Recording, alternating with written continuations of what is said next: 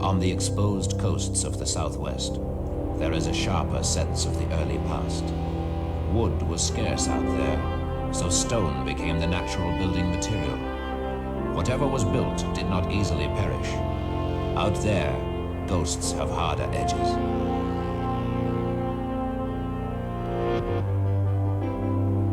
On the Dingle Peninsula is the promontory fort of Dunbeg. Out on a tongue of land, Iron Age men huddled inside their walls. The sea whistled behind them as they looked into the land through their stones, perhaps telling stories of the legendary battle of Fionn Thrall, just a couple of miles away.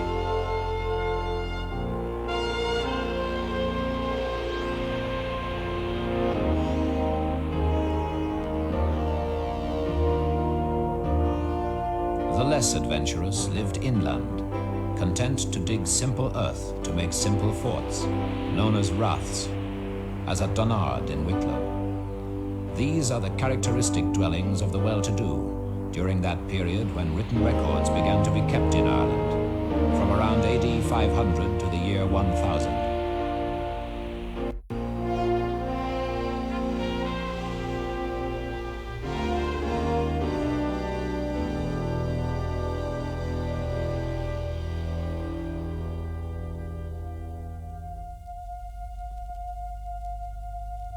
The 4th and 5th centuries were periods of fundamental change. Christianity had arrived in Ireland. There were those who compared the arrival of St. Patrick to the sunrise, compared his message to the rising sun that rose out of the east, warming the island with new belief. We know little with certainty about Patrick. The simplest story is that single-handed he converted all of Ireland. As a young slave, he had lived, some say, in Mayo, some in Antrim. When he returned as a bishop, one legend tells, he built his first church at Saul. Whoever he was, his tradition is strongest here in the northeast.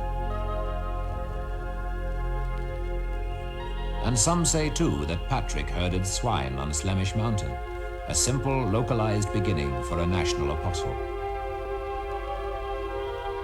The church at Saul today emphasizes the legend, a Victorian pastiche that copies ancient architecture, emphasizing the Christian continuity of the place. Modern memory pays reverence to ancient events.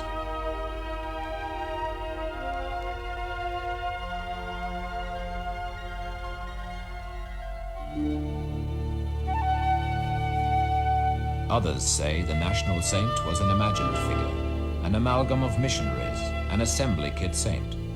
Legend brings him to celebrate Easter on the hill of Slea, 9 miles from royal Tara. 9 chariots were sent those 9 miles to know what manner of man had lit a fire, his Easter fire, in the forbidden hours before the pagans lit their ritual flame. Today, Slane's Christian monuments are preserved in ruin.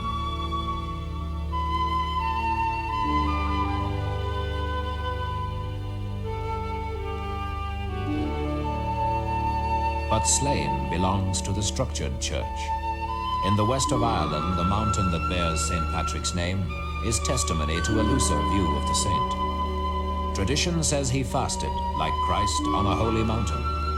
This was his high place, Croagh Patrick. The track to the summit oratory is a pilgrim's path, an annual purging of the spirit that is popular and deeply religious. Despite legend, Patrick's message did not conquer the king and his druids at Tara. Ireland rather was to conquer Christianity, at least initially, and the devotion paid to Patrick on this mountain is merely an adaptation of the worship formerly given on the hilltops to the Celtic god, Lugh.